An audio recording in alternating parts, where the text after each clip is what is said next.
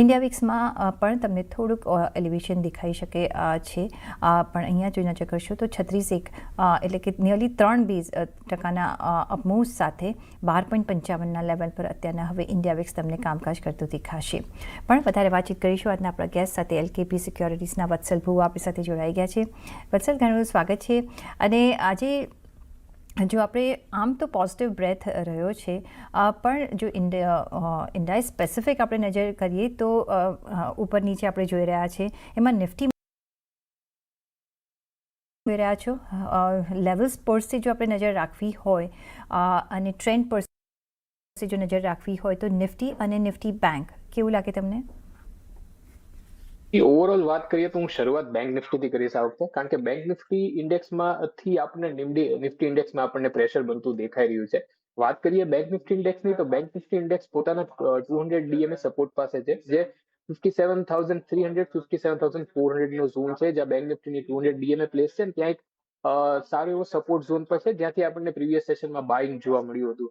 તો bank Nifty માટે weight and watch રહેશે.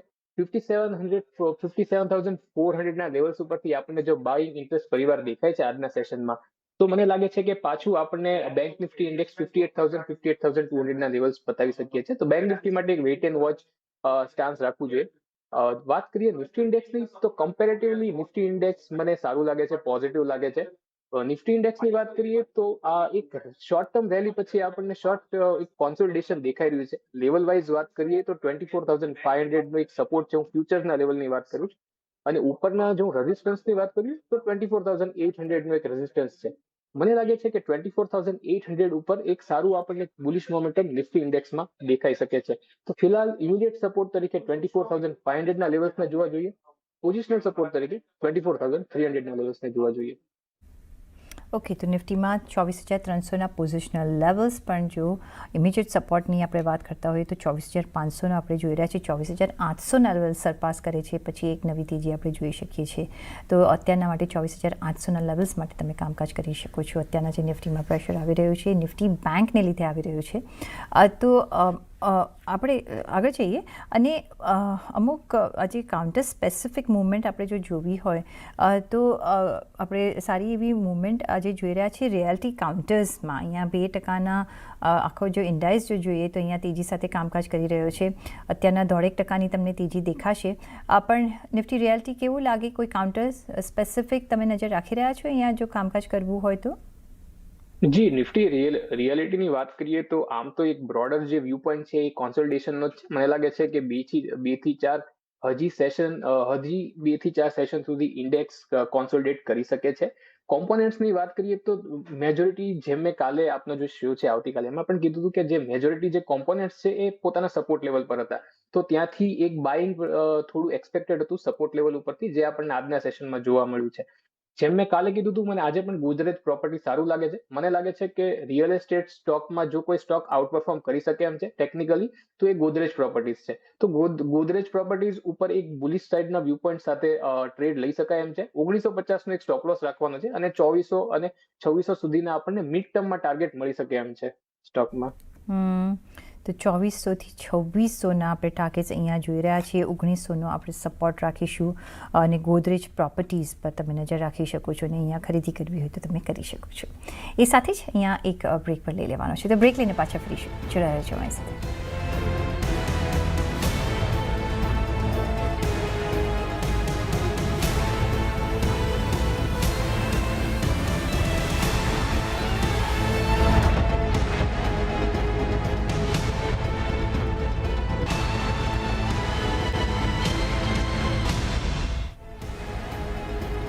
બ્રેક પછી આપનું સ્વાગત છે અને દર્શક મિત્ર પણ આપણી સાથે જોડાઈ ગયા છે. પ્રિયાંશુ મોદી રાજકોટથી. જી સર, સવાલ પૂછો આપનો. હા, ગુડ આફ્ટરનૂન મેડમ. મારી પાસે પીટીસી ઇન્ડિયાના 619 શેર છે, 196 રૂપિયાની પ્રાઇસના. તો એમાં શું કરી શકો છો? હોલ્ડ કરો કે પછી મારો વ્યૂ છે એ 2 વર્ષનો લોંગ ટર્મ વ્યૂ છે. ઓકે, તો 2 વર્ષનો તમારો વ્યૂ છે પીટીસી ઇન્ડિયા. વત્સલભાઈ, 196 રૂપિયાની ખરીદી, શું કરવાનું 2 વર્ષ માટે અહીંયા હોલ્ડ કરાય? શું ટાર્ગેટ જોઈ રહ્યા છે આપણે? હજી પીટીસી ઇન્ડિયાની વાત કરીએ તો સ્ટોકમાં એક ડાઉન ટ્રેન્ડ પછી સ્ટોકમાં એક બેઝ ફોર્મેશન પછી આજે સ્ટોકમાં આપણને એક બ્રેકઆઉટ જોવા મળ્યું છે. એક સારું એવું બ્રેકઆઉટ જોવા મળ્યું છે સ્ટોકમાં, 8% સાથે સ્ટોક ઉપર છે. એ સાથે તે સ્ટોક પોતાનો જે એક રેઝિસ્ટન્સ લેવલ છે, સ્વિંગ હાઈનો રેઝિસ્ટન્સ, એની ઉપર ટ્રેડ કરી રહ્યો છે. વોલ્યુમમાં પણ બ્રેકઆઉટ જોવા મળ્યું છે. તો ઓવરઓલ જે વ્યૂ પોઈન્ટ છે એ બુલિશ બની રહ્યો છે. 230 આપણને ટાર્ગેટ મિડ ટર્મમાં જોવા મળી શકે એમ છે જો સ્ટોક આપણને 200 ની ઉપર ક્લોઝિંગ આપીને સસ્ટેન કરે છે. તો ઓવરઓલ જે વ્યૂ પોઈન્ટ છે એ બુલિશ સાઇડનો બની રહ્યો છે. 2 વર્ષનો વ્યૂ પોઈન્ટ હોય તો આરામથી સ્ટોકને હોલ્ડ કરી શકે એમ છે. હાલાકી આ એક ટેકનિકલ બેસિસ પર વ્યૂ પોઈન્ટ છે, તો હું તમને એક સ્ટોપ લોસ આપીશ. તો તમારો 179 નો એક સ્ટોપ લોસ રહેવો જોઈએ, અને ઉપરના જે પહેલા જે તમને ટાર્ગેટ જોવા મળી શકે એમ છે, જો 200 ની ઉપર ક્લોઝિંગ આપે એમ છે, તો 230 તમને પહેલા ટાર્ગેટ જોવા મળશે, અને બીજો છે 242 નો. તો આ બે ટાર્ગેટ સાથે તમે સ્ટોકને હોલ્ડ કરી શકો છો સ્ટોપ લોસ સાથે. કરો 179 રૂપિયાનો એક 179 એનો આપણે એક સ્ટોપ લોસથી અહીંયા ઊભા રહીશું. 200ના લેવલ્સ જેવું ક્રોસ કરે છે એવો તમને આ કાઉન્ટર 230 અને પછી 242 સુધી લઈ જઈ શકે છે. તો અત્યારના અહીંયા હોલ્ડ કરવાની તમને સલામતી દેખાઈ રહી છે. નેક્સ્ટ સવાલ માટે ધનંજય શાહ મુંબઈથી આપણી સાથે જોડાઈ ગયા છે. જી સર, સવાલ પૂછો આપનો.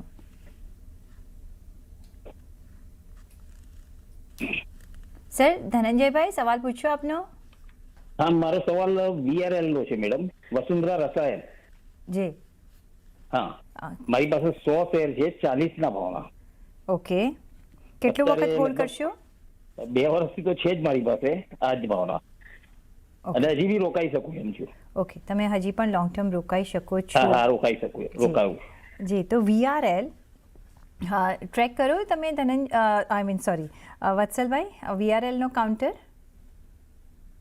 જી, VRL નો વીકલી ચાર્ટ જોઈને હું થોડો વ્યૂ પોઈન્ટ આપી શકીશ. VRL ની જો વાત કરીએ તો સ્ટોક એક અપ ટ્રેન્ડ પછી સ્ટોકમાં એક કરેક્ટિવ ફેઝ આપણને જોવા મળ્યો હતો, અને એક ઘણું બધું પ્રાઇસ રિટ્રેસ થયું હતું. ઓલમોસ્ટ પ્રાઇસ 100% જ્યાંથી એક ટ્રેન્ડ શરૂ થયો ત્યાંથી 100% રિટ્રેસ થઈને પાછું આપણને એક પુલબેકની કોશિશ કરી રહ્યો છે. સ્ટોક અત્યારે કોન્સોલિડેટ કરી રહ્યો છે એક રેન્જમાં, 170 થી 180 ના એક રેન્જમાં સ્ટોક અત્યારે કોન્સોલિડેટ કરી રહ્યો છે. તો સ્ટોકમાં મને લાગે છે કે એક મોમેન્ટમ ત્યારે જ બની શકે એમ છે જ્યારે સ્ટોક ક્લોઝિંગ આપશે અબાઉ ધ લેવલ ઓફ 200. તો ત્યાં સુધી મારા ખ્યાલથી આ સ્ટોકમાં એક સપોર્ટ જાળવો જો 160 નો એક સપોર્ટ લેવલ છે, તેને સ્ટોપ લોસ માનીને સ્ટોકમાં ઊભા રહી શકે એમ છે. હા, VRL એટલે આપણે વસુંધરા રસાયણની વાત કરી રહ્યા છીએ. આઈ થિંક એનો જ તમે વ્યૂ આપ્યો, right? Right. Yes, I think અહીંયા ગ્રાફિક્સ રોંગ જઈ રહ્યા છે. વસુંધરા રસાયણ ના આપણે વાત કરી રહ્યા છીએ. તો અહીંયા હમણાં તો તમે હોલ્ડ કરવાની સલાહ આપી રહ્યા છો, રાઈટ? રાઈટ, હોલ્ડ કરવાની સલાહ રહેશે. એક સ્ટોપ લોસ મેં એમને આપ્યો છે 158 રૂપિયાનો. પહેલા મેં 160 કીધું હતું, પણ મને રિવાઇઝ કરું છું, 158 રૂપિયાનો એક સ્ટોપ લોસ રાખવાનો રહેશે. ઓકે, 158 રૂપિયાના સ્ટોપ લોસ સાથે તમે અહીંયા ઊભા રહી શકો છો વસુંધરા ના કાઉન્ટરમાં, અને અહીંયા તમે હોલ્ડ કરી શકો છો. નેક્સ્ટ સવાલ પર જઈશું, અને નેક્સ્ટ સવાલ જે આવી રહ્યો છે એના પર નજર કરીએ તો નિધિ શુક્લાના છે. હવે આઈ ડોન્ટ નો આમાં તમે કેટલું હેલ્પ કરી શકશો વત્સલભાઈ, કારણ કે SBI ફંડ્સના એના માટે એમનો સવાલ છે, અને એના પર આપણી પાસે એટલા બધા ચાર્ટ્સ હશે નહીં, પણ આ જો એમને લાગેલા છે લોંગ ટર્મ, શોર્ટ ટર્મ, કઈ રીતના હોલ્ડ કરવાની તમે સલાહ આપશો? જી, આમાં સફિશિયન્ટ ડેટા નથી મારી પાસે ટેકનિકલી આને રીડ કરવા માટે, ઇન્ટરપ્રેટ કરવા માટે. તો આમાં હું જે ઇમિડિયેટ લેવલ્સ કહીશ તમને એ એક સેકન્ડ.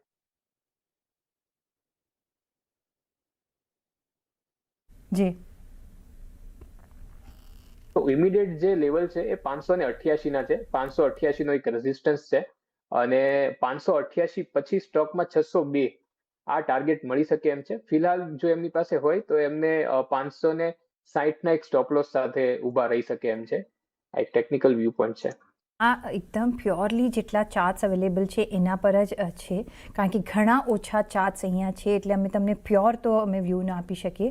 પણ જે રીતના અત્યારના જેટલા લિમિટેડ ચાર્ટ્સ તરફથી અમે જે જોઈ રહ્યા છીએ, તો અહીંયા 560નો તમે સ્ટોપ લોસ રાખીને 588 થી 602ના ટાર્ગેટ્સ માટે ઊભા રહી શકો છો આ કાઉન્ટરમાં. નેક્સ્ટ આપણે જોઈને છે કરો જ્યુબિલન્ટ ફૂડ્સમાં આજે સારી એવી મજબૂતાઈ આપણે જોઈ રહ્યા છીએ. 5.5% તેજી છે અહીંયા. ચાર્ટ્સ કેવા છે? જી, જુબિલિયન્ટ ફૂડવર્ક્સનો જો ચાર્ટની વાત કરીએ તો આજે આખું કાઉન્ટર જ તે આપણને એક સારી તેજી દેખાડી રહ્યું છે. તમે જુબિલિયન્ટ ફૂડવર્ક જુઓ, સફાયર જુઓ કે દેવિયાની જુઓ, ત્રણેય જે સેમ કાઉન્ટરમાં છે એ સ્ટોકમાં આપણને તેજી દેખાઈ રહી છે. વાત કરી લઈએ જુબિલિયન્ટ ફૂડવર્કના ચાર્ટની તો ચાર્ટ સેટઅપ સારું દેખાય છે. સ્ટોકમાં એક આપણને બ્રેકઆઉટ તો ઓલરેડી મળી ગયું છે. બ્રેકઆઉટ પછીનું આ ફોલોઅપ મૂવ છે. સ્ટોકનો એક રેઝિસ્ટન્સ છે 200 DMA અને એક સાયકોલોજીકલ રેઝિસ્ટન્સ છે 500 ના લેવલ પર. તો 500 ના લેવલ પરથી જો એક્સેપ્ટન્સ મળે છે તો આપણને સ્ટોકમાં ફર્ધર અપસાઇડ દેખાઈ શકે છે towards the level of 550 and 575.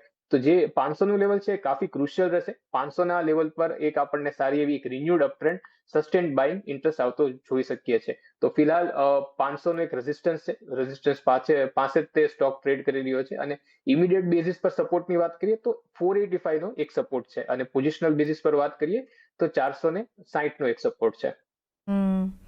તો અહીંયા પોઝિશનલ બેઝિસ પર 460નો એક સપોર્ટ આપણે જોઈ રહ્યા છીએ જુબિલન્ટ ફૂડમાં. તો 500ના લેવલ સરપાસ કરે પછી અહીંયા આપણે ખરીદી કરી શકીએ છીએ 570નો ટાર્ગેટ માટે 485નો ત્યારે આપણે એક સ્ટોપ લોસ રાખીશું જુબિલન્ટ ફૂડ વર્ક્સમાં. કન્ડિશનલ બાઇંગની અહીંયા સલામતી દેખાઈ રહી છે. એ સાથે જ અહીંયા એક બ્રેક પણ લઈ લેવાનો છે. તો બ્રેક લઈને પાછા ફરીશું. જોડાયા રહેજો મારી સાથે.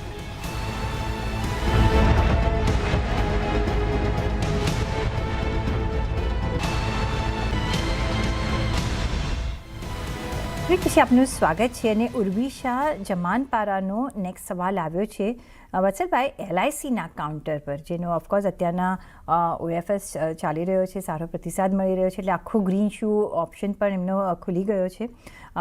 પણ કઈ રીતના તમે જોઈ રહ્યા છો? 400 કાઉન્ટર છે એમની પાસે અત્યારના જો હવે પ્રાઇસ એમને નથી લખી, પણ એમને જ્યારે કહ્યું છે કે એવરેજ કરવા છે તો મને લાગે છે કે એમના ઊંચા ભાવના હશે એટલે જે એવરેજ કરવા માંગતા હશે. અત્યારના લેવલથી એવરેજ કરવું હોય તો કરાય? જી, LICI ની વાત કરીએ તો એક ન્યૂઝ ડ્રીવન આપણને એક ગેપડાઉન સાથે સ્ટોકમાં ઓપનિંગ જોવા મળી. એ સાથે તે સ્ટોક એ બધા જે ક્રુશિયલ જે મૂવિંગ એવરેજ છે એને તોડીને અને પોતાનું જે એક સપોર્ટ લેવલ છે ત્યાં આગળ સ્ટોક ટ્રેડ કરી રહ્યો છે, જે છે 390. પણ જે રીતનું મને દેખાય છે કે મને લાગે છે આ એક ગેપ છે એને ફિલ કરી શકે છે.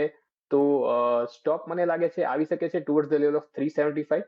તો 50% જો એમને એવરેજ કરવા હોય તો અહીંયા એવરેજ કરી શકે છે અને 50% પેન્ડિંગ એવરેજ કરી શકે છે અરાઉન્ડ ધ લેવલ ઓફ 375. તમારે જો એવરેજ કરવા હોય અને જો તમારે આના એવરેજ કરો અને અર્થાત જ્યારે તમને 375ની આસપાસ LICનો ભાવ જ્યારે દેખાય છે ત્યારે તમે કરજો. એટલે બાય ઓન ડિપ્સની રણનીતિથી અહીંયા આપણે કામકાજ કરી શકીએ છીએ. સુરેશભાઈ સંતાણી અમરેલીથી આપણી સાથે જોડાઈ ગયા છે. જી સર, સવાલ પૂછો આપનો.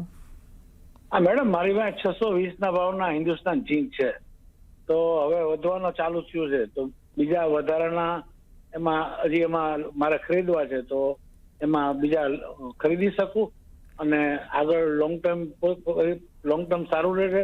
વર્ષ 2 વર્ષ રાખવા છે. ઓકે, 1 થી 2 વર્ષ માટે ને અત્યારના આપણે ભાવમાં થોડો વધારો જોઈ રહ્યા છે તો એમને વધારે એડિશન કરવું છે. એમની 620 રૂપિયાની ઇનિશિયલ 50 કાઉન્ટર્સ એમની પાસે ઓલરેડી છે. વત્સલભાઈ, અત્યારના એડિશન કરાય? જી, આજે સ્ટોકમાં આપણને એક સારું એવું ડેવલપમેન્ટ દેખાયું છે, જ્યાં આપણને સ્ટોકમાં એક કોન્સોલિડેશન બ્રેકઆઉટ પછી સ્ટોકમાં આપણને થોડું વોલ્યુમ એક્સપેન્શન પણ દેખાઈ રહ્યું છે. ઓવરઓલ ઝિંક અને સિલ્વર આ બેનું એક પ્રોક્સી સ્ટોક છે, તો વ્યૂ પોઈન્ટ પોઝિટિવ બની રહ્યો છે, એવરેજ કરી શકાય એમ છે. જે નિયર ટર્મ જે ટાર્ગેટ એક્સપેક્ટેડ છે એ 630ના ટાર્ગેટ એક્સપેક્ટેડ છે અને 630 પછી 660 અને 700 સુધીના ટાર્ગેટ આપણને જોવા મળી શકે એમ છે. જો ઇમિડિયેટ સપોર્ટની વાત કરું તો સ્ટોકનો એક સપોર્ટ બની રહ્યો છે 570ના લેવલ પર, અને જો પોઝિશનલ સપોર્ટની વાત કરું તો સ્ટોકનો એક પોઝિશનલ સપોર્ટ બની રહ્યો છે 550ના લેવલ પર. સો વ્યૂ પોઈન્ટ પોઝિટિવ બની રહ્યો છે, એવરેજ કરી શકાય એમ છે, પણ અગેન સ્ટેગર્ડ મેનરમાં એવરેજ કરે તો વધારે સારું. ઓકે, સ્ટેગર્ડ મેનરમાં બાય ઓન ડિપ્સની રણનીતિથી થોડા તમે અહીંયા એડ કરજો ને એવરેજ કરજો તો તમારા માટે બેટર રહેશે. શોર્ટ ટર્મનો ટાર્ગેટ, શોર્ટ ટર્મનો સ્ટોપ લોસ જો રાખવો હોય તો 570, પણ પોઝિશનલ જે તમારે 1 થી 2 વર્ષ તમે હોલ્ડ કરી શકો છો તો 550ના સ્ટોપ લોસ સાથે પણ તમારું કામ થઈ શકશે. 630ના ફર્સ્ટ ટાર્ગેટ, એના પછી 660 અને એ સરપાસ કરે છે તો તમને 700 પ્લસના પણ કાઉન્ટર અહીંયા ટાર્ગેટ જોવા મળી શકે છે. તો યસ, અહીંયા તમે એવરેજ કરી શકો છો. નિધિ શુક્લા, HDFC બેંક, 825 રૂપિયાની એમની ખરીદી છે. 2023માં એમને આ કાઉન્ટર લીધા હતા. હવે અહીંયા શું કરવાનું? HDFC બેંકના ચાર્જ કેવા લાગે અને કઈ રીતના અહીંયા પ્લે આઉટ કરી શકાય? જી એચડીએફસી બેંકના ચાર્ટની વાત કરીએ તો ચાર્ટ તો નેગેટિવ જ લાગે છે એચડીએફસી બેંકનો. તો મારા ખ્યાલથી એમને જો લોંગ ટર્મનો વ્યૂ હોય તો એવરેજ કરી શકાય એમ છે. જો એમને કોઈ શોર્ટ ટર્મ ટ્રેડ તો આઈ થિંક નથી જ તે, કારણ કે એક લાંબા ટાઈમથી એમને લીધેલા છે અને હજી તે હોલ્ડ કરી રહ્યા છે. તો મારા ખ્યાલથી એમને 700 લેવલ્સ મળી શકે એમ છે. 700 નો એક સારો એવો સપોર્ટ છે સ્ટોકનો. તો 700 લેવલ પર એ એવરેજ કરી શકે એમ છે અને 700 લેવલ પછી 650 અહીંયા આ એક સ્ટોપ લોસ રાખીને એ પોઝિશન હોલ્ડ કરી શકે એમ છે, એટલે એમની એવરેજ નીચે આવશે. ટાર્ગેટ્સ માટે ટાર્ગેટ્સ આપણે શું જોઈ રહ્યા છે અહીંયા? પછી અહીંથી જો આપણને થોડો કોન્સોલિડેશન કરીને એક રિવર્સલ ફોર્મ જોવા મળે છે તો મને લાગે છે 845 સુધીમાં આપણને એક મિડ ટુ લોંગ ટર્મના એક ટાર્ગેટ છે. હાલાકી નિફ્ટી 50 નો સ્ટોક છે, બેંક નિફ્ટીનો હેવીવેટ સ્ટોક છે, તો એટલી જલ્દી જોવા ન મળે, થોડો ટાઈમ લાગી શકે એમ છે. તો થોડો ટાઈમ લાગશે, પણ તમે જો એવરેજ કરવું હોય, કારણ કે તમારે 825 રૂપિયાની પ્રાઇસ છે, 2023માં તમે કાઉન્ટર લીધા છે, તો 700 રૂપિયાની આસપાસ તમે એવરેજ કરવાની કોશિશ અહીંયા કરજો. પછી તમારે મિડ ટુ લોંગ ટર્મ અહીંયા ઊભા રહેવું પડશે. ઓલ ઓફ અ સડન અહીંયા તમને ગેઇન્સ નહીં મળે, પણ જો તમે એવરેજ કરશો તો તમારી કોસ્ટ પ્રાઇસ નીચે આવી જશે અને તમને પછી 845ના ટાર્ગેટ જોવા મળી શકે છે મિડ ટુ લોંગ ટર્મમાં. એટલે થોડું વેઇટ કરવું પડશે, પણ અહીંયા તમે જરૂરથી હોલ્ડ કરી શકો છો અને એવરેજ 700 રૂપિયાની આસપાસ કરી શકો છો. વત્સલભાઈ, એ સાથે જ રજા લેવાનો સમય થઈ ગયો છે. આપના કોઈ ડિસ્ક્લોઝર્સ? આપણે જેટલા સ્ટોક અંગે ચર્ચા કરી એ મારા અંગત પોર્ટફોલિયોમાં હતી, પણ ક્લાયન્ટના કે કંપનીના પોર્ટફોલિયોમાં હોઈ શકે એમ છે. જી, ઘણો આભાર વત્સલભાઈ તમારો અમારી સાથે આજે જોડાવા બદલ, અને સાથે જ મને પણ આપશો રજા. આપણે જોડાયા રહેજો. CNBC 50 સાથે લઈને આવીશું વાયદાથી ફાયદો. નમસ્કાર.